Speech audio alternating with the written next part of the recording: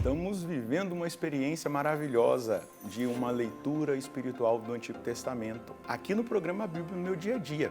Isso mesmo, a Bíblia no meu dia a dia. Todos os dias a Bíblia precisa estar presente na minha vida, a Palavra de Deus. Então, essa experiência no Antigo Testamento, agora estamos estudando o livro dos Números, quase acabando. E você tem acompanhado e vivido esse estudo bíblico juntos. E é muito rico a gente olhar para um contexto histórico daquela época, o contexto cultural, tudo aquilo que Deus estava operando na vida daquele povo e conseguir trazer elementos importantes para a nossa vida do agora, do hoje. E é assim que nós devemos ler, né? Existem dois sentidos da palavra de Deus. O sentido literal, aquilo que está escrito, o que aconteceu, e o espiritual, dividido em três realidades, que é o sentido alegórico, o sentido moral e o sentido anagógico. O sentido alegórico é quando eu encontro aqui no texto, não é, Jesus, a igreja, aquilo que se aplica a mim, virtudes que eu devo apresentar também dentro do contexto moral, já olhando para a minha vida. E aquilo que eu colho, o anagógico, é a realidade da eternidade, do céu. Então, é dessa maneira que a gente lê a Sagrada Escritura. Não temos autorização para fazer o livre exame, né, da Bíblia. Nós estamos orientados pela igreja, o magistério da igreja, a tradição, a sagrada tradição. É assim que nós lemos a Escritura. Nós não lemos com o livre exame. E aqui nós não estamos fazendo exame da palavra. A gente está buscando na palavra algo para que nós apliquemos na nossa vida espiritual, na nossa caminhada. Então, vamos pedir ao Espírito Santo que ele nos conduza no nosso estudo bíblico de hoje. Em nome do Pai, do Filho e do Espírito Santo. Amém. Vinde, Espírito Santo, enchei os corações dos vossos fiéis e acendei neles o fogo do vosso amor. Enviai o vosso Espírito e tudo será criado e renovareis a face da terra. Oremos, ó Deus que instruíste os corações dos vossos fiéis com a luz do Espírito Santo. Fazei que apreciemos retamente todas as coisas, segundo o mesmo Espírito, e gozemos sempre da sua consolação, por Cristo Senhor nosso. Amém. Pega aí o seu caderno, também a sua palavra, para você anotar o texto que nós iremos estudar hoje. Anota aí, nós vamos estudar um novo capítulo, capítulo 31, Números, capítulo 31, versículos de 1 a 47. Números, capítulo 31, versículos de 1 a 47. Vamos ler o texto e juntos depois meditá-lo. O Senhor falou a Moisés: executa a vingança dos israelitas contra os madianitas. Depois irás reunir-te ao teu povo. Moisés falou ao povo: armai dentre vós homens para a guerra, a fim de atacar os madianitas e exercer contra eles a vingança do Senhor. Enviareis para a guerra 1000 homens de cada uma das tribos de Israel. Foram assim recrutados entre as tropas de Israel 1000 homens de cada tribo, isto é, 12.000 homens prontos para o combate. Moisés enviou para a guerra 1000 homens por tribo, juntamente com Finéias, filho do sacerdote Eleazar, que levava consigo os objetos sagrados e as trombetas de alarme. Travaram combate contra Madiã, conforme o Senhor havia ordenado a Moisés, e mataram todos os homens. Entre os que tombaram estávamos 5 reis de Madiã: Evi, Recém, Su, Ur e Reb. Passaram uma espada, inclusive, Balaão, filho de Beó. Os israelitas levaram como cativas de guerra as mulheres e as crianças madianitas e saquearam todos os animais domésticos e os bens. Incendiaram todas as cidades habitadas e os acampamentos. Levaram todos os despojos e tudo o que era presa humana ou animal.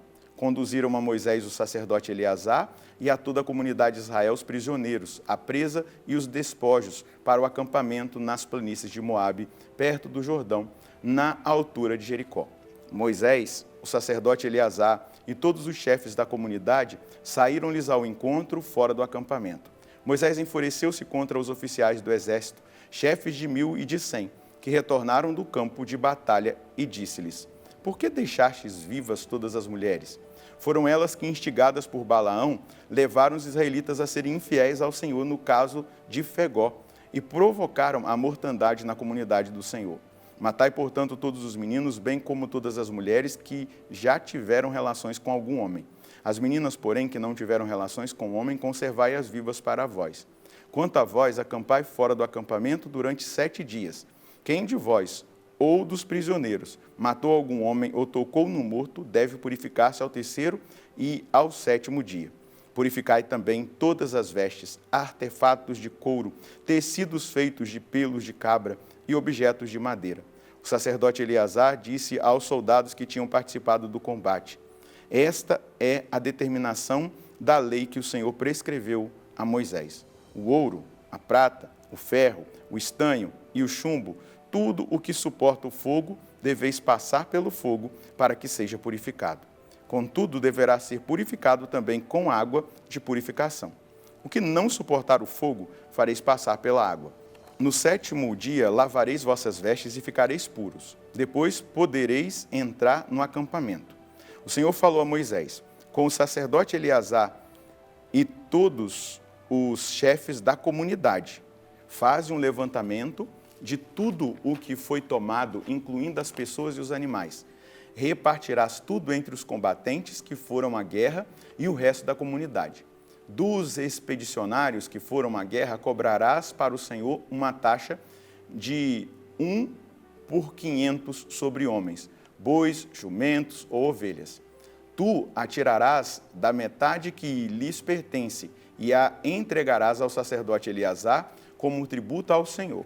Da metade que cabe aos israelitas, cobrarás uma taxa de 1 por 50 sobre homens, bois, jumentos, ovelhas e animais de qualquer espécie, e a entregarás aos levitas que cuidam do serviço da morada do Senhor. Moisés e o sacerdote Eleazar fizeram o que o Senhor tinha ordenado a Moisés. O que foi capturado, o que resultou do saque feito pelas tropas combatentes, chegou a 675 mil ovelhas, 72 mil bois, 61 mil jumentos e 32 mil vidas humanas ao todo, isto é, mulheres que não haviam conhecido o homem.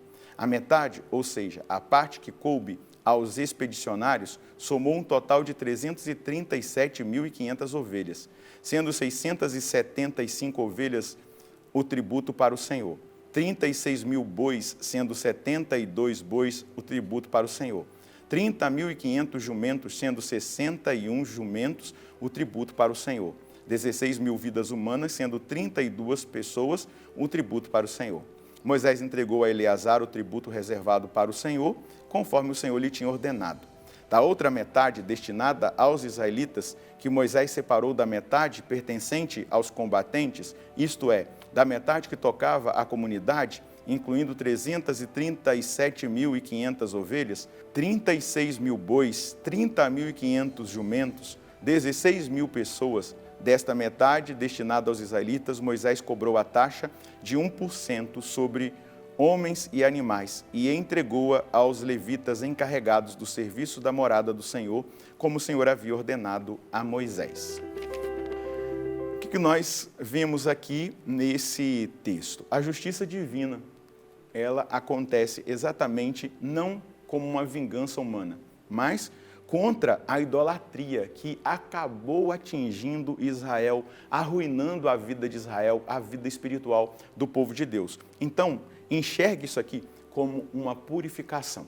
Foi purificada a idolatria, Deus leva a sério a santidade do povo, Ele não quer que o seu povo caia no pecado da idolatria e Ele vai purificando o caminho por onde este povo está passando. Agora, nós devemos também fazer uma guerra santa. Uma guerra santa contra a idolatria, uma guerra santa na luta contra os vícios, na luta contra o pecado, uma guerra santa contra as ideologias que querem muitas vezes nos contaminar. Nós não estamos lutando contra pessoas, nós lutamos contra ideias que corrompem a mente, a impureza espiritual. Nós precisamos, sim, assumir com empenho essa luta. A vitória sobre o inimigo, ela só se estabelecerá, e o inimigo que eu estou dizendo aqui são aqueles que muitas vezes assodam a nossa alma, nos atingem na nossa carne, vícios, pecados, ideologias, realidades vinculadas, a impurezas. Nós devemos estar com o coração puro para esse combate. Ou seja, em estado de graça, com a confissão em dia, e aí nós vamos entrar num combate espiritual. Meu irmão, minha irmã, nós estamos num combate espiritual. O mundo está sob uma poluição espiritual, uma poluição de impureza, uma poluição de rebeldia, de desobediência, uma poluição que faz muita gente se voltar contra Deus, e nós estamos aí nesse combate, não contra pessoas, mas contra o mal, o maligno, contra os desejos, as paixões da nossa carne, contra as realidades que muitas vezes nós devemos combater em relação aos vícios. Qual a mensagem que nós podemos colher hoje? O Senhor me chama para o combate espiritual. Devo combater 3 inimigos: o diabo, o mundo, e aqui é o mundanismo, eu vou colocar entre parênteses, mundanismo, e as paixões da carne. A vitória no combate depende da nossa aliança com Deus. Devemos colocá-lo à frente da nossa batalha. Certamente sairemos vencedores.